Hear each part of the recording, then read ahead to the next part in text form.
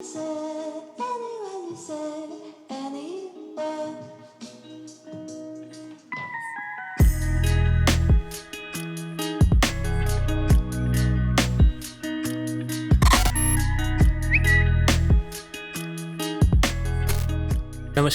मेरा नाम राजमीत सिंह अरोरा है। मैं एक मोशन डिज़ाइनर हूँ। अभी आपने जो वीडियो देखी वैसी वीडियो आफ्टर इफेक्ट्स में बनाना सीखते हैं, पर पहले हम स्किल शेयर का जो मैंने ऐड देखा था पिंटरेस्ट पे वो वीडियो देख लेते हैं ताकि हमें एक रेफरेंस मिले कि हम क्या बनाने जा रहे हैं। बहुत ही अच्छी क्रिएटिव तरीके से बनाई गई वीडियो है।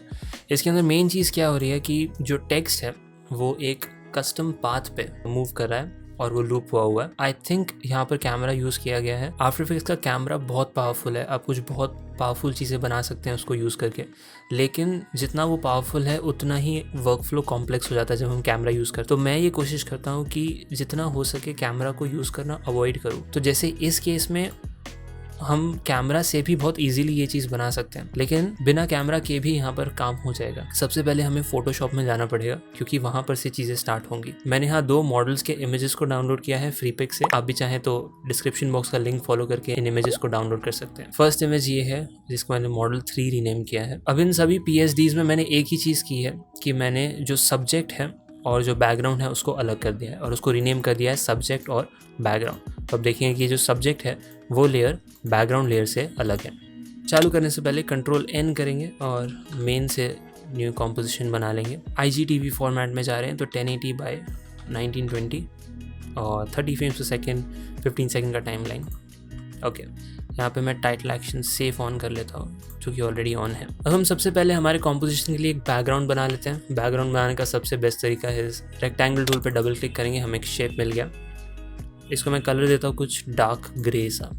इस लेयर को रीनेम कर देता हूँ BG एंड इस लेयर को लॉक कर देते हैं। तो हमारे PhDs को इंपोर्ट कर लेते हैं। ये मॉडल 3 का PhD मैं सिलेक्ट करूँगा, ड्रैग करके हमारे प्रोजेक्ट विंडो में ड्रॉप करूँगा। Composition retain layer sizes, footage नहीं, कॉम्पोजिशन को रिटेन लेयर साइज करेंगे। सिर्फ ऑर्गेनाइजेशन के लिए जो लेयर्स वाला फोल्डर बना है इसको मैं लेयर्स में डाल दूंगा और ये मॉडल 4 वाले कॉम्पोजिशन को ओपन करूँगा। अब यहाँ पर सबसे पहले जो बैकग्राउंड 3 है उसको मैं पेरेंट पिकविप कर दूंगा सब्जेक्ट 3 से, ताकि जो भी चेंजेस सब्जेक्ट पर हो वो बैकग्राउंड उसके साथ जाए हमेशा।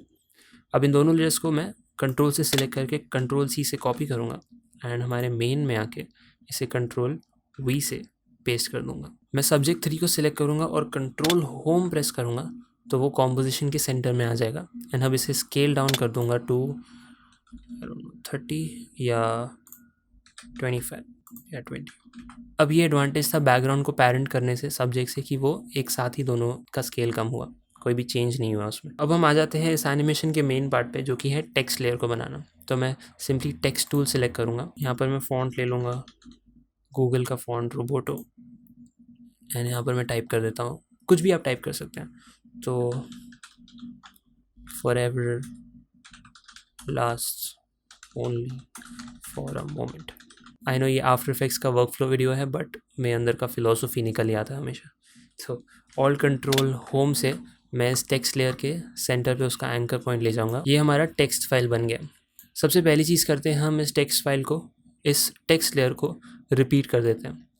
टेक्स्ट रिपीट करने का सबसे बेस्ट तरीका हमने एक पहली वीडियो में भी देखा था, इस वीडियो में आप और डिटेल में सीख सकते हैं, लेकिन यहाँ पर मैं सीधा चीज़ें कर दूँगा। तो इफेक्ट्स एंड प्रीसेट्स में मैं स्लाइडर कंट्रोल सर्च करूँगा, इसे ड्रैग करके हमारे टेक्स्ट लेयर पे ड्रॉप कर दूँगा। अब इस टेक्स्ट लेयर के अंदर जो टेक्स्ट है उसके सोर्स टेक्स्ट पे ऑल्ट स्टॉपवॉच क्लिक करके मैं आगे जाऊँगा एंड डॉट रिपीट फंक्शन दूँगा एंड इसके अंदर पिकविप कर देंगे इस स्लाइडर से। बाहर आके सेमीकोलन एंड नमपैड एंटर। कुछ दिख नहीं रहा क्योंकि स्लाइडर की वैल्यू 0 है। स्लाइडर की वैल्यू मैं 3 कर देता हूँ, बाद में हम चेंज कर सकते हैं। सबसे मेन पार्ट इस टेक्स्ट को वो कस्टम शेप में लाने के लिए हम ये करेंगे। हमें वो पाथ बनाना है इस टेक्स्ट लेयर के ऊपर एक मास्क की तरह। तो मास्क बनाने के लिए हम इस टेक्स्ट लेयर को सिलेक्ट करेंगे और सिलेक्टेड रखकर हमारा पेन टूल ले लेंगे। तो ये एक सिंपल तरीका है जो मैं यूज़ करता हूँ। कॉम्पोजिशन के बाहर मैं एक पॉइंट बनाऊँगा 1 और सेंटर पे मैं एक पॉइंट बनाऊँगा शिफ्ट होल्ड करके ताकि एक स्ट्रेट लाइन में बने, और कॉम्पोजिशन के बाहर मैं एक पॉइंट बनाऊँगा। अब मैं ऐड वर्टेक्स करूँगा इन दोनों पॉइंट्स के बीच में एक पॉइंट को और इन दोनों पॉइंट्स के बीच में एक पॉइंट।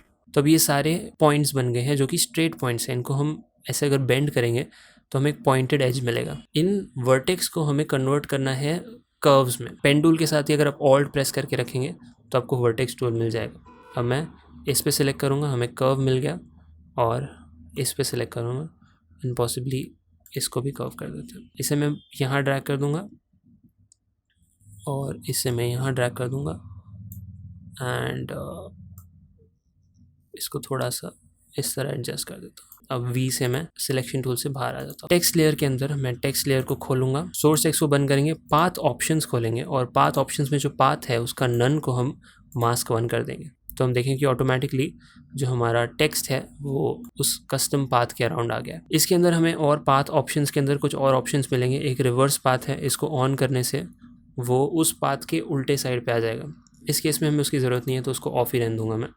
बाकी सब ऑप्शंस भी है जो आप एक्सपेरिमेंट कर सकते हैं, लेकिन हमारे मतलब का ऑप्शन है लास्ट वाला ऑप्शन, जो कि है लास्ट मार्जिन। अभी जो पाथ बना है इसको आप किसी भी पॉइंट पे कस्टम मूव कर सकते हैं अगर आप इसे कहीं और चाहते हैं या समथिंग लाइक दिस। जो मेरा लास्ट मार्जिन है उसमें मैं शिफ्ट होल्ड करके स्क्रॉल करूँगा वैल्यू को नीचे, ताकि वो कॉम्पोजिशन के पीछे या बाहर चले जाए।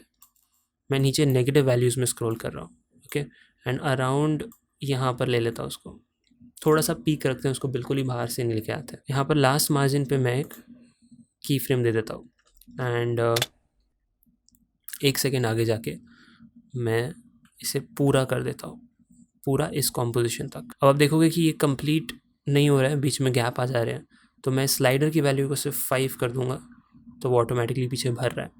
एंड जो हमारा टेक्स्ट है उस पर एक बार डबल क्लिक करूँगा और एक स्पेस दे दूँगा ताकि for ever last only for a moment के बीच में एक स्पेस है। तो अब हम एनिमेशन देखें तो यहाँ से ये ऐसे नीचे आ रहा है। तो अब इन दोनों की फ्रेम्स को सिलेक्ट करके मैं ईज़ी ईज F9 हिट करूँगा तो ये ऐसे नीचे आ गया। अब यहाँ पर क्रूशियल पार्ट है, मैं फर्स्ट सेकंड पे जाऊँगा लास्ट की फ्रेम पे और पेज डाउन से मैं एक की फ्रेम आगे जाऊँगा। ऑल्ट स्क्रॉल से मैं इस टाइमलाइन में जूम करूँगा एंड यहाँ पर लास्ट मार्जिन के लिए मैं एक की फ्रेम दे देता हूँ। अब ये वापस से इजी इस की फ्रेम बना रहा है, तो मैं इस की फ्रेम को सिलेक्ट करूँगा, कंट्रोल प्रेस करके इस की फ्रेम पे प्रेस करूँगा तो ये लिनियर की फ्रेम हो गया, बिकॉज मैं चाहता हूँ कि यहाँ पर फास्ट है एंड देन फिर इसके बाद वो स्लोली जाए। अब मैं अराउंड 4 सेकेंड्स तक जाऊँगा एंड जो लास्ट मार्जिन है उसको थोड़ा सा आगे बढ़ा दूँगा, तो आई थिंक वापस 0 तक ले आते हैं उसको। तो अगर हम स्टार्ट से एनिमेशन देखें तो ये यहाँ पर fast I and then slowly. इसका जो शेप है वो कम्प्लीटली कस्टमाइजेबल है। अब हम चाहते हैं कि हमारा टेक्स्ट जो है वो सब्जेक्ट के पीछे से आए। जो टेक्स्ट लेयर है उसको ड्रैग करके मैं सब्जेक्ट के नीचे ले आऊँगा एंड इसको मैं थोड़ी देर और रखना चाहता हूँ, तो इस पर मैं U प्रेस करूँगा एंड समझो 5 सेकेंड्स पे आके मैं इसकी फ्रेम को यहाँ ड्रैग कर लेता हूँ, तो या इसे 6 सेकेंड तक लेके जाता है। अब जैसा कि मैंने कहा हम यहाँ कैमरा यूज़ नहीं करेंगे, कैमरा की जगह हम इन लेयर्स के पोजीशंस को चेंज करेंगे ताकि वर्कफ्लो थोड़ा सा इजी हो जाए। अगर आप चाहो तो आप कैमरा यूज़ कर सकते हो, बट इस केस में मैं कैमरा यूज़ नहीं करूँगा। फर्स्ट सेकेंड पर ये जो कैमरा है वो नीचे पैन हो, तो जब कैमरा ऊपर से नीचे पैन होता है तो जो एलिमेंट्स है वो नीचे से ऊपर आते हैं। इस पॉइंट पे मैं चाहता हूँ कि जो हमारा सब्जेक्ट है वो इसी पोजीशन पे रहे, तो यहाँ पर इसको पोजीशन की फ्रेम दे देंगे। और स्टार्ट में मैं चाहता हूँ कि हमारा जो सब्जेक्ट लेयर है वो नीचे जाए।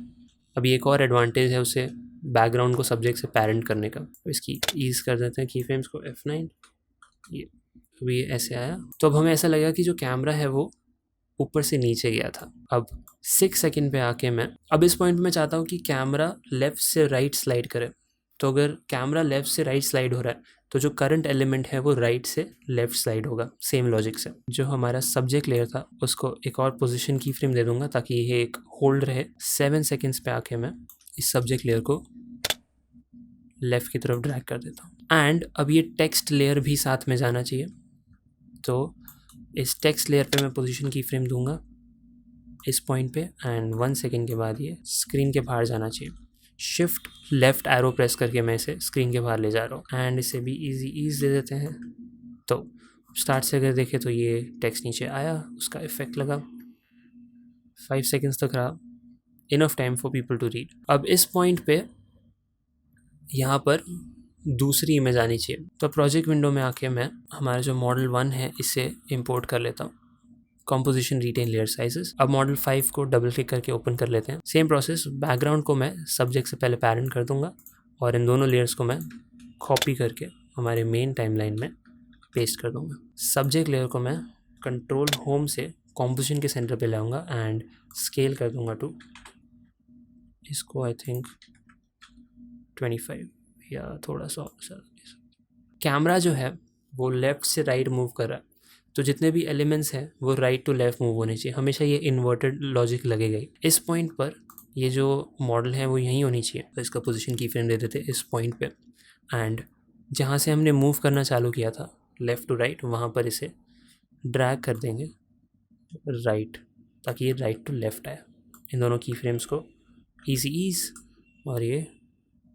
तो अब इस पॉइंट पर हम चाहते हैं कि जो हमारा दूसरा टेक्स्ट है जो नीचे से ऊपर आ रहा है वो वापस से चालू हो। तो इस केस में हम उसी टेक्स्ट लेयर को डुप्लीकेट करेंगे, ये वाला टेक्स्ट लेयर, इसे डुप्लीकेट करूँगा मैं और सबसे ऊपर ले जाऊँगा। अब इस पर यू प्रेस करके सभी की फ्रेम्स में निकाल दूँगा। तो ये जो स्टॉप वॉच है जो ब्लू कलर में, उसमें हम क्लिक करेंगे तो सब की फ्रेम्स, जितने भी की फ्रेम्स हैं वो निकल चुके हैं। अभी सिर्फ एक टेक्स्ट लेयर है जिसे हम ड्रैग कर देते हैं हमारे स्क्रीन के। अभी हमें ये वाला मास्क भी नहीं चाहिए, तो मैं इस पर एम प्रेस करूँगा इस लेयर पे, तो मास्क आएगा। इन मास्क को मैं डिलीट कर देता हूँ। अब ये जो लेयर है वो इस पॉइंट से स्टार्ट होना चाहिए जब से चीज़ें मूव कर रही हैं, तो मैं इस पॉइंट पे आके लेफ़्ट स्क्वायर ब्रैकेट प्रेस करूँगा तो वो लेयर वहाँ से चालू होगा। ये चीज़ें ईजी करने के लिए पहले वाले टेक्स्ट लेयर को बंद कर देता हूँ मैं। इस टेक्स्ट को रीनेम कर देते हैं this moment last for ever, और लास्ट में स्पेस देना ज़रूरी है ताकि कॉपीज़ के बीच में स्पेस है। मैं चला जाता हूँ पहले 7 सेकेंड्स पे जहाँ पर हमें वो इफेक्ट चाहिए। वापस से हमें मास्क बनाना है, इस लेयर को सिलेक्ट करेंगे और इस बार मैं पेन टूल लेके नीचे से मास्क बनाऊँगा। तो एक कॉम्पोजिशन के बाहर पॉइंट, एक सेंटर पे पॉइंट और एक कॉम्पोजिशन के ऊपर पॉइंट, एंड रफली इन दोनों पॉइंट्स के सेंटर में 2 और पॉइंट्स, एंड ऑल्ट प्रेस करके से कन्वर्ट वर्टेक्स, इसको और इसको और सेंटर वाले को भी। अब मैं चाहता हूँ कि यहाँ से स्टार्ट हो, क्योंकि वो जो था वो यहाँ से इधर गया था, तो अगर इसको हम यहाँ से यहाँ स्टार्ट करेंगे तो एक कंटिन्यूटी वाली फील आएगी। शेप आप कुछ भी कस्टम बना सकते हैं, इस केस में मैंने एक ऐसा एस शेप लिया है। अब हमें थोड़ी दिक्कत हो रही है इसके मास्क के पॉइंट्स को चेंज करने में, तो इसका कलर चेंज करेंगे। जो मास्क के बाजू में जो बॉक्स है खाली एक बार क्लिक करेंगे एंड इसको हम कुछ अलग सा कलर दे देते हैं ताकि हमें मास्क दिखाई दे। इसके हैंडल्स को स्ट्रेच आउट कर दूंगा ताकि ये थोड़ा स्मूथ का हो जाए। तो हमारा मास्क बन गया। वापस से इस टेक्स्ट लेयर को खोलेंगे एंड टेक्स्ट में जाके पाथ ऑप्शंस में मास्क 1 सेलेक्ट करेंगे। इसको मैं स्टार्ट पे ले जाऊंगा एंड स्टार्ट पे वापस से हम लास्ट मार्जिन को शिफ्ट ड्रैग करके नीचे ले आएंगे ताकि ये नीचे से स्टार्ट हो। इसको आप अगर एडजस्ट कर सकते हैं तो यहाँ ले लीजिए। तो मैं लास्ट मार्जिन को की फ्रेम दे देता हूँ और 1 सेकेंड आगे जाके मैं इस टेक्स्ट को यहाँ पर तक पूरा भर देता हूँ। जहाँ तक भी वो भरता है वहाँ तक इसे शिफ्ट ड्रैग करेंगे ऊपर की ओर यहाँ तक, ओके। एंड इन दोनों की फ्रेम्स को F9 कर देंगे, ईज। तो ये वाला टेक्स्ट, तो स्टार्ट से ये टेक्स्ट नीचे आया फॉर मोमेंट, नीचे से चालू हुआ। ये थोड़ा सा ऐसे ओवरलैप हो रहा है, राइट। अब हम इसको मास्क को एडजस्ट कर सकते हैं ताकि, तो इस पर वापस यू प्रेस करके लास्ट की फ्रेम पर आएंगे, पेज डाउन से लास्ट मार्जिन को एक और की फ्रेम ले लेंगे। ऑल्ट प्रेस करके मैं स्क्रॉल करूँगा एंड इस की फ्रेम को सिलेक्ट करके कंट्रोल प्रेस करूँगा इस की फ्रेम पे, तो वो लिनियर की फ्रेम हो गया। एंड अब इसे मैं आई डोंट नो 12 सेकेंड या 11 सेकेंड तक आगे जाएंगे। स्लोली इसे वापस से 0 तक ले जाएंगे ताकि स्लो सा हमें मूव मिले। तो ये नीचे गया एंड यहाँ से ये टेक्स्ट लेयर को मैं सब्जेक्ट के नीचे ले जाऊँगा तो वो डेप्थ फील मिलेगा। तो ये नीचे आया एंड ये वाला this moment last for ever नीचे से थोड़ा दिखना चाहिए क्योंकि वो पूरा कवर हो जा रहा है। बहुत ही वियर्ड सा शेप बन गया। जैसा कि मैंने कहा, अगर आपको बहुत से ऐसे स्लाइड्स बनाने हैं तो ऑब्वियसली कैमरा एफिशिएंट तरीका होगा, लेकिन यहाँ पर सिर्फ 2 ही स्लाइड्स बनाने थे इसलिए मैंने कैमरा यूज़ नहीं किया। अगर आप कैमरा यूज़ करेंगे तो सब लेयर्स को 3D करना पड़ेगा, एंड अगर प्री कॉम्स होंगे इस कॉम्प में तो उनके अंदर के लेयर्स को 3D करना पड़ेगा। इसलिए मैं ईजी चीज़ों के लिए, मतलब बहुत ज़्यादा कॉम्प्लेक्स नहीं, उसके लिए कैमरा अवॉइड करता भी यूज़ करना। तो ये था आज का वीडियो। ये वीडियो बनाने में, उसका रिसर्च करने में को बहुत मज़ा आया। अगर आपको ये ट्यूटोरियल देखने में मज़ा आया तो नीचे कमेंट करके मुझे बताइए। आई होप इससे आपको कुछ सीखने मिला हो। अगर आपको इस वीडियो से रिलेटेड कोई भी डाउट है तो आप नीचे कॉमेंट सेक्शन में मुझसे पूछ सकते हैं। मैं कोशिश करूँगा कि आपका डाउट सॉल्व कर सकूँ। आपको इन जनरल आफ्टर इफेक्ट्स से रिलेटेड कोई भी डाउट है तो वो भी आप मुझसे पूछिए। और ऐसे वर्क फ्लो वीडियोज़ के लिए इस चैनल को आप सब्सक्राइब कर सकते हैं। वीडियो देखने के लिए बहुत बहुत शुक्रिया। पीस।